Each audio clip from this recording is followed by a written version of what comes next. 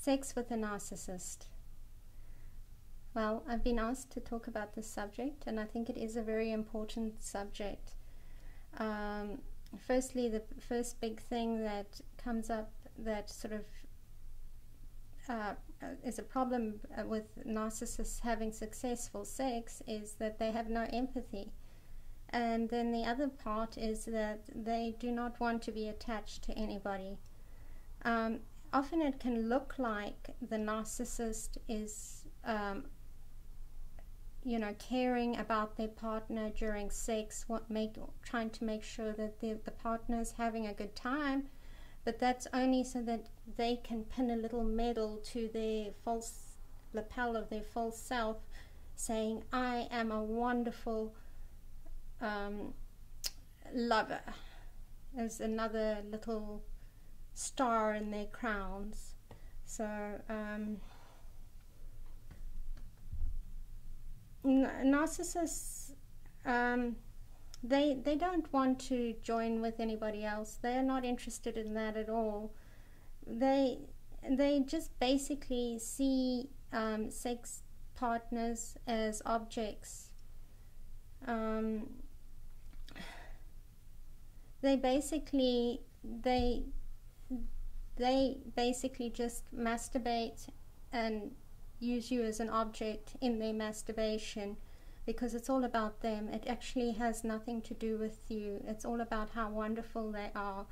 And they get narcissistic supply also. So all of this is about narcissistic supply again. So it's really this addiction they have goes into all parts of their lives.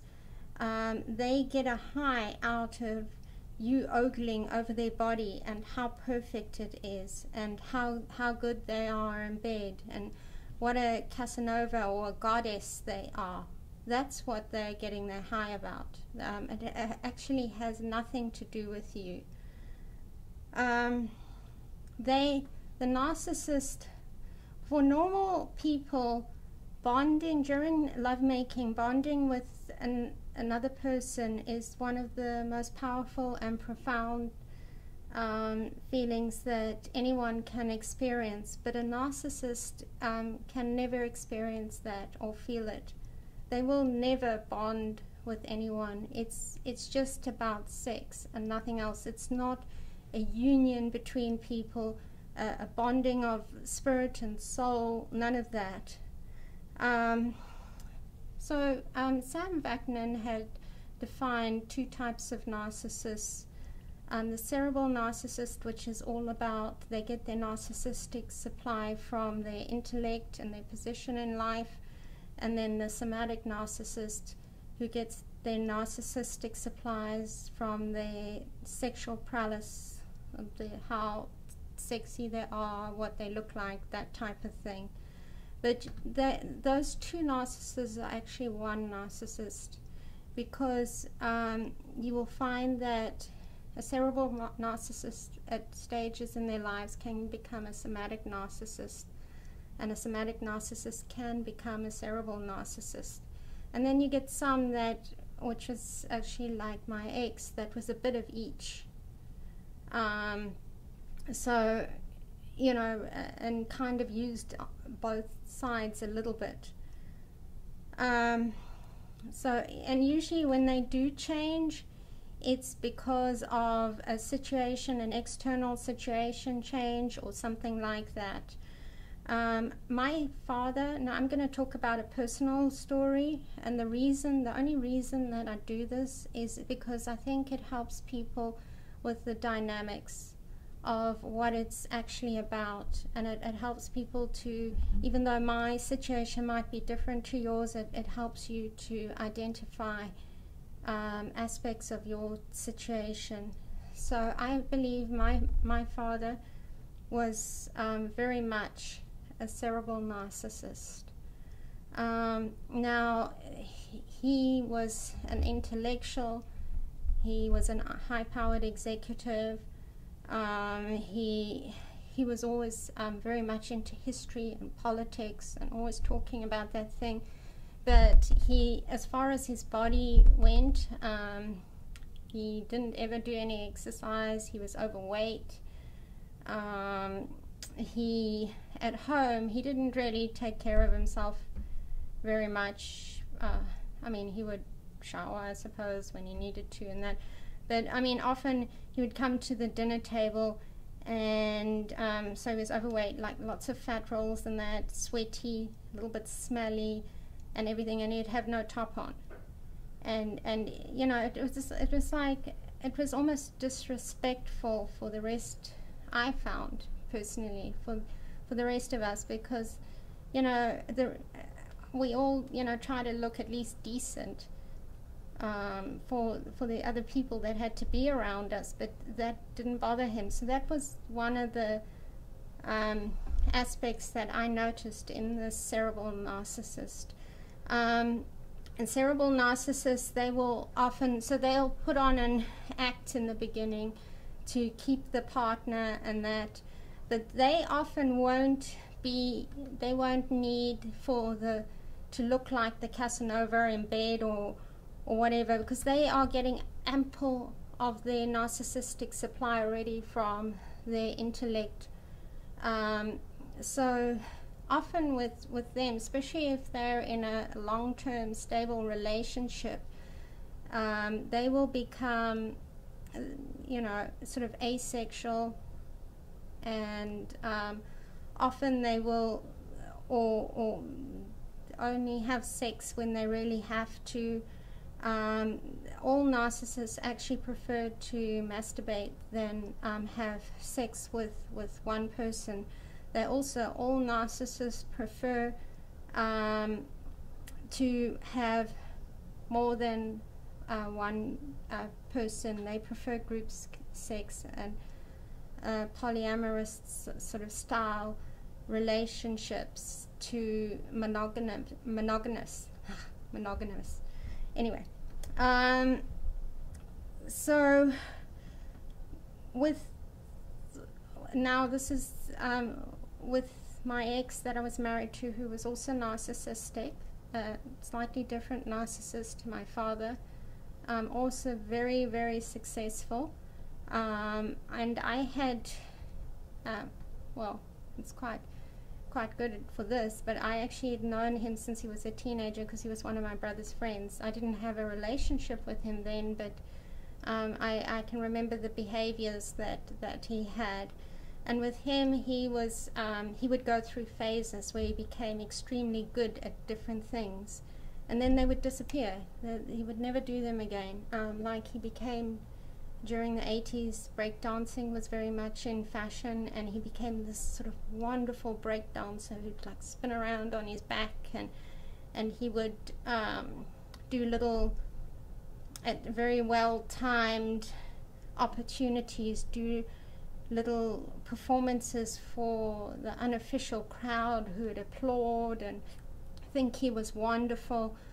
And he was also into bodybuilding. You know, in his last years at school, he sort of boasted about having the biggest muscles in his arms, and but he also had a side of him that gave the appearance of being the most responsible, hard-working sort of person that was going somewhere. So, and basically through his life, so like he got out of the bodybuilding and never did it anymore. As he got older, breakdancing, I mean, I don't think once in the 17 years that we were married did I see him do any kind of breakdancing. That was gone, even though he was so much into it before. Because obviously that was how, at that stage, he was getting his narcissistic supply. But he was, so he would like to be, he would get some of his narcissistic supply from the cerebral, his intellect. I don't think he was as smart as my father, but he was definitely very successful, very manipulative, gave the appearance of knowing everything, you know, knowing just when to speak and when to have his little chuckle. But he would also, and he did also for the cerebral side, for the actual sexual side, he did use the withholding of sex, also sometimes sex, not very often, but then he would, when he was in bed, he would also want to be the sort of Casanova type as well. So there was a combination there, and I think this can happen as well. All narcissists are autoerotic. That means that they actually glean sexual pleasure from themselves. That's why sometimes they are, especially in the cerebral narcissists, are latent homosexuals. They also have, sometimes narcissists also have a tendency to be incestuous, because that is sort of a way of making love to oneself. If it is the fruit of my loins, which is actually quite gross, but anyway.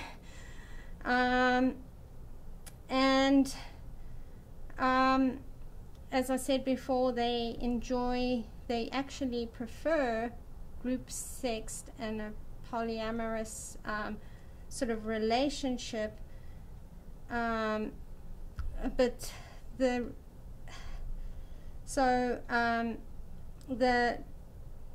also the cerebral narcissist will often just totally suppress all their sexual urges, and they will become totally asexual.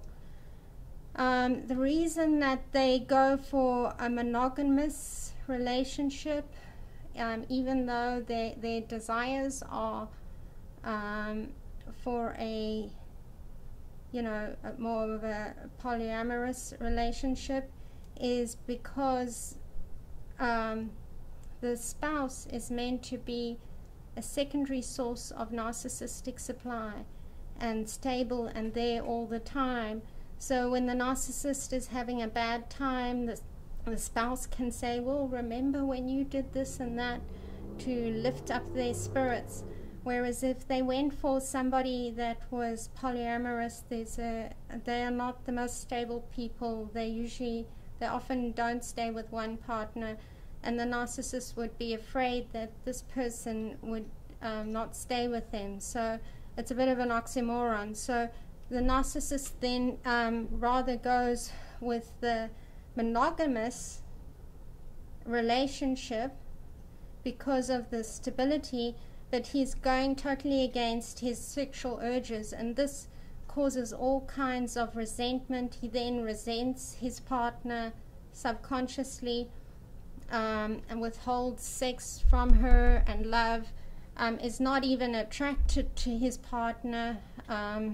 He actually, and this can be with a female narcissist as well, although I haven't heard as much information on a female narcissist, and as I'm actually heterosexual, even though I know female narcissists, I haven't really been in a sexual relationship with them. So if you guys would like to add more information on that would be wonderful. I'd really be interested in hearing. But so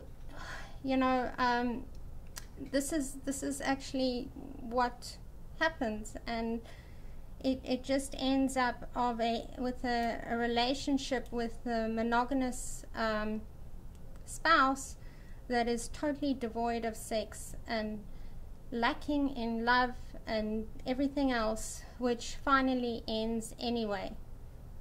It can also cause the spouse to, out of desperation, to have an affair, and the narcissist absolutely loves that, even though they will totally blame the other partner, but then they look like the wonderful, long-suffering one. But it was actually them that drove the partner to look for somebody else because of the way that they treat that partner.